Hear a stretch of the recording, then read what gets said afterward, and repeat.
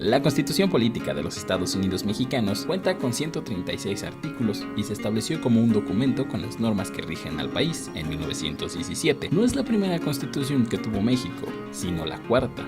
Bueno, y si es la cuarta, ¿qué pasa con las demás? Muy bien, quédate aquí para un pequeño repaso.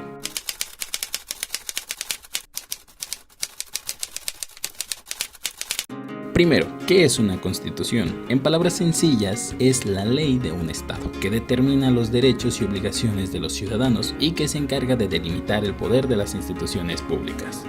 Veamos, sería algo así como la ley de las leyes. Desde que nuestro país se convirtió en una nación independiente, se han establecido diversas constituciones que son el resultado del movimiento histórico y las circunstancias políticas y sociales por las que atraviesa el país en determinada época. Antes de la Guerra de Independencia, México se regía por las leyes que se imponían desde España, con la Constitución de Cádiz, decretada por Cortes Generales españolas reunidas en Cádiz el 19 de marzo de 1812. Esta fue la primera constitución promulgada en España y una de las más liberales de su tiempo. Solo estuvo en vigor 2 años hasta el regreso de Fernando VII al poder.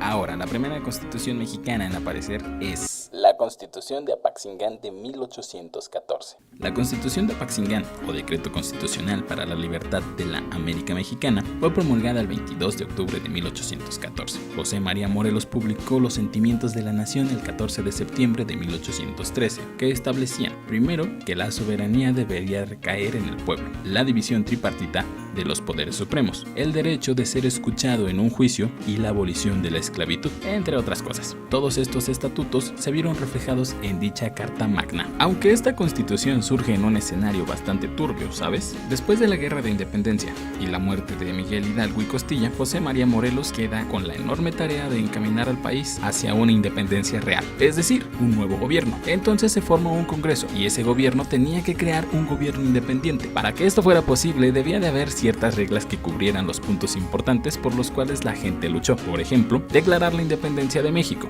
obviamente, prohibir la esclavitud o decretar una división de poderes, aunque aquel texto se basó principalmente en la Constitución de Cádiz, así que traía ideas españolas ya arraigadas en México, como leía por ejemplo su primer artículo: la religión católica, apostólica y romana es la única que debe de profesar en el Estado. Que, bueno, eran tiempos diferentes, y aunque venían en ella cosas más interesantes, como la ley debe de ser para todos, esta constitución nunca entró realmente en vigencia, porque en 1815 Morelos fue fusilado. Unos años más tarde llegaría la Constitución de 1824. Tuvieron que pasar 10 años para que al fin se promulgara la Constitución Federal de los Estados Unidos Mexicanos, el 4 de octubre de 1824. Para esto, tuvo que haber muchos tratados y otras tantas batallas, para que los que lucharon por el bienestar de México vieran al fin el fruto de sus esfuerzos y se sacudieran aquel primer tropiezo que tuvieron, que terminó en que por un tiempo existiera el Imperio Mexicano, que fue lo que pasó cuando Morelos murió y subió al poder Agustín Iturbide. Más de uno se dijo: dejar de ser la Nueva España para pasar a convertirnos en el Imperio Mexicano no es exactamente una mejora. Afortunadamente, esta gente siguió luchando e Iturbide abdicó en 1823, con lo que se estableció un supremo poder ejecutivo. Naturalmente, hubo un choque de ideales. Unos decían que había que copiarle a los vecinos del norte y formar un conjunto de Estados Unidos entre sí, pero otros creían más en el modelo de los estados libres. Los primeros ganaron diciendo, según ellos, que eso era lo que quería la gente, y se firmó la Constitución que puso a Guadalupe Victoria como el primer presidente de los Estados Unidos mexicanos. Al menos el primer artículo ya dejaba en claro la independencia del país. Bueno, algo es algo, ¿no? Después vendría la Constitución de 1857. Algo debió de salir realmente mal, o quizá resultó que eso que era lo que la gente quería no era exactamente lo que la gente quería, y varios territorios comenzaron a pelear por su independencia. Algunos solo querían ser realmente libres, otros querían pertenecer a otro conjunto de estados, pero no los mexicanos. El gobierno quiso poner orden y entonces declaró que ahora México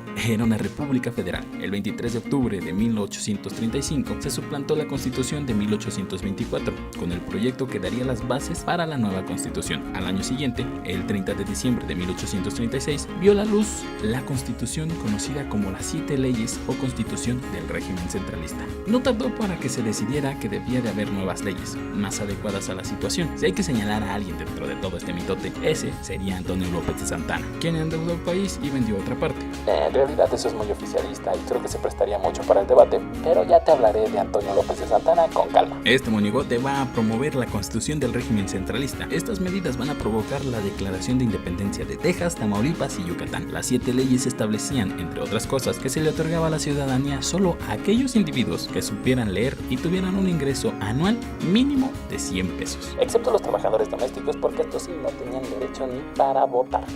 ¿Clasismo? ¿Dónde? Ahora los liberales, que desde la independencia venían diciendo muy chido todo, pero ¿cuánto de veras vamos a ganar? Ellos pusieron un verdadero orden con el plan de Ayutla en 1854, que destituía a Antonio López de Santana. Eventualmente quedó la Constitución Política de la República Mexicana de 1857. Esta nueva carta magna de ideología liberal, redactada por el Congreso Constituyente durante la presidencia de Ignacio Comonfort, la cual tenía como fin construir a la nación bajo la forma de la República Democrática, representativa y popular. Esta constitución quedó integrada por 8 títulos y 120 artículos que garantizaban los derechos del hombre. Y como no todos pueden quedar contentos, esto ocasionó un conflicto, el cual se le conoce como la Guerra de Reforma, en donde la nación estaba dividida en 2 grandes partidos, liberales y conservadores, los cuales ambos luchaban por sus ideales. Claro, esto es un resumen, no me linchen señores críticos y oficialistas.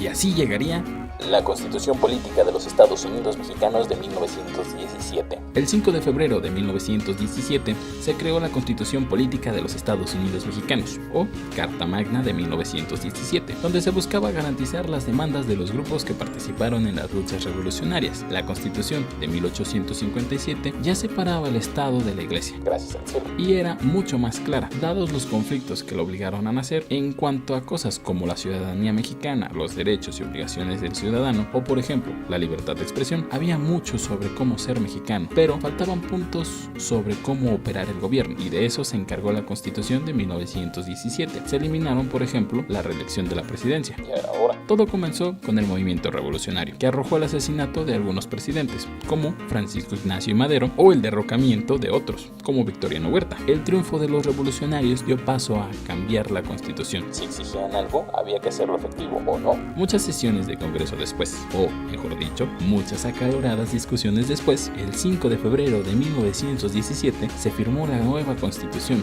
llamada oficialmente Constitución Política de los Estados Unidos Mexicanos, que además entró en vigencia hasta el 1 de mayo. En su momento fue considerada como una de las constituciones más adelantadas o avanzadas del mundo. Esta constitución logró lo que otras no: legitimar al gobierno y centrar el poder. Desde su promulgación hasta la actualidad, la Constitución de 1917, que cuenta con 136 artículos divididos en 9 títulos, y desde entonces no se ha cambiado. Solo ha sido reformada más de 700 veces, o como algunos le dicen, parchada, acomodada, retocada, modernizada, renovada, rejuvenecida, modificada, actualizada. Basta, creo que ya me entiendes. A veces para bien, otras no tanto. La actual se parece mucho a la de 1857 en cuanto a las garantías individuales, pero responde a intereses más específicos respecto al orden del gobierno, que es donde más se ha cambiado. Sea como sea, ya van 102 años desde que se firmó y contando.